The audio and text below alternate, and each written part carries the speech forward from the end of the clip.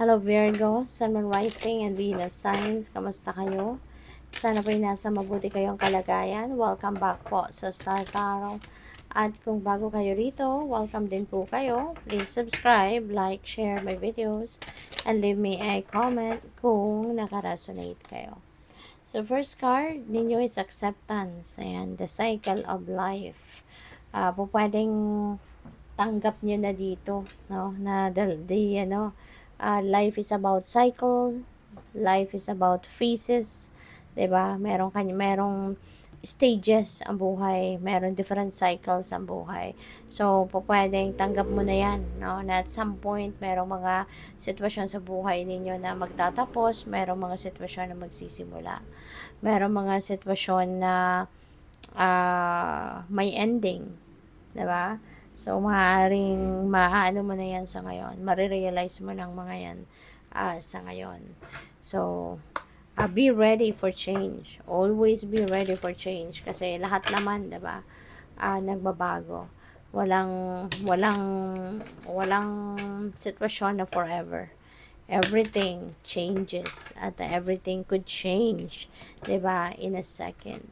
So what else? We have charity, prayer, and contemplation. Connect with heaven. Ask and you shall receive. Oh, this is so cute. Napaka napaka heartwarming ng message na to. Ask and you shall receive. 'Di ba? So magdasal kayo. Connect with heaven. How can you connect with heaven? In prayer. 'Di ba? So magdasal, maybe siguro hindi kayo masyadong nakakapagdasal, hindi kayo masyadong nakakapagbigay ng oras sa pagdadasal, kaya this is an invitation para sa iyo, no? Na maybe start, to incorporate sa schedule ninyo yung pagdadasal, pag-contemplate, 'di ba? Connect with heaven. And siguro this is also a time, 'di ba? Baka ina-expect na ng divine, 'di ba, ng Panginoon, no, na magdasal ka, hinihintay niya yung inyong paghingi ng tulong, 'di ba? Kasi sabi dito, ask and you shall receive. So pwedeng kung ano yung hihingiin ninyo sa ngayon, 'di ba? Maaaring yan ay walang delay, walang kung ano pa man, no, na hindi na magtatagal at pwedeng ibigay na yan sa iyo agad, Virgo. So napaka-blessed ninyo. So, tignan natin kung ano pa ang ganap for Virgo. And maraming salamat po for subscribing. And kung hindi pa kayo nakakapag-subscribe, subscribe na kayo. At saka sa mga hindi nag-skip ng ads, maraming salamat din po for your support. And please join the membership. No? Please click the join button sa baba ng video po kung gusto po ninyong mag-join. So, meron tayong 7 of Pentacles, 10 of Swords. Parang this week, meron din kayong reading na parang merong 10 of Swords, if I'm not mistaken. So, kung ano man itong ine-envision ninyo for yourself, it feels like to me na ginawan mo na ng paraan ito. Parang kung ano man ito, kunyari, this is your dream.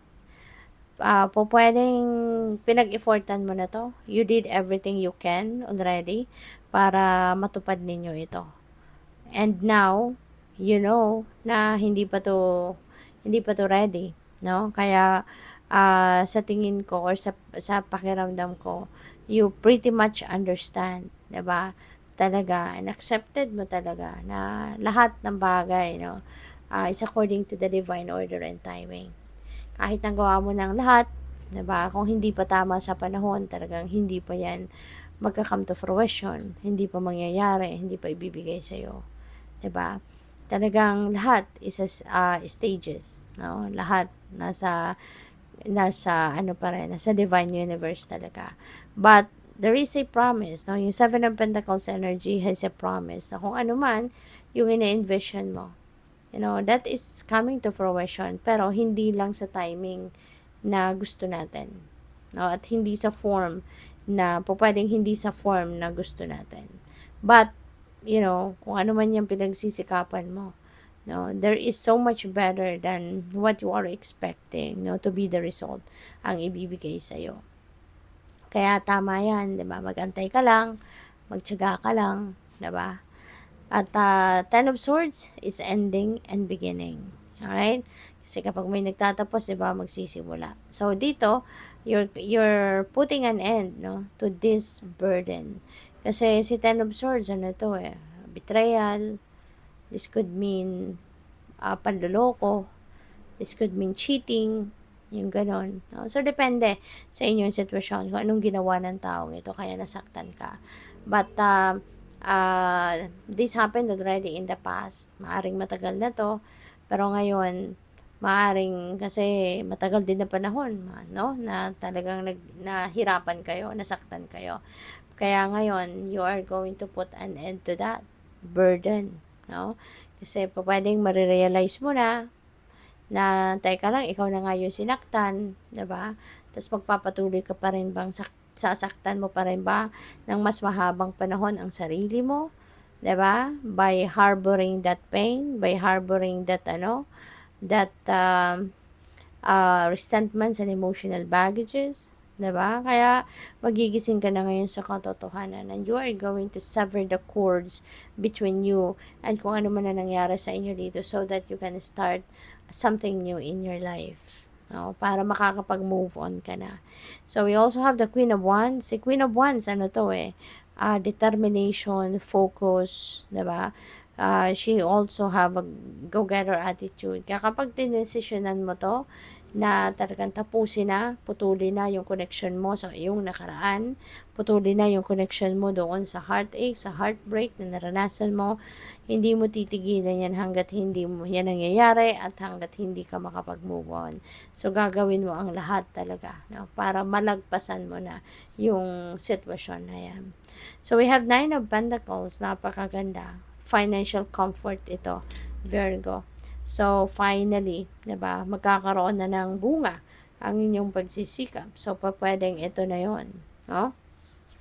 Eventually, makukuha mo na din ang resulta ng pagsisipag mo dito, pagtsatsaga, you will receive that financial reward.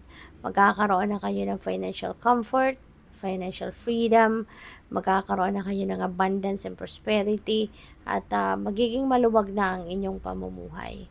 So, this is really good. This is really beautiful kasi ito na yung bunga. Lahat ng pagtsatsaga at paghihirap mo, magbubunga na. The divine is going to bless you with financial abundance and prosperity. So, we have 9 of Cups. Napakaganda. They're really going to be showered with a lot of blessings. Diba? Blessings. Hindi lang iisang blessing. Marami to. Kaya talagang siksik-liglig umaapaw ang blessings na po pwedeng dumating sa buhay ninyo, Virgo. So, good luck talaga sa'yo. Isulat mo yan. No? Claim it. Write it down in the comment section below. I-seal mo na yan, yung financial blessings na to, financial comfort, abundance, prosperity, diba?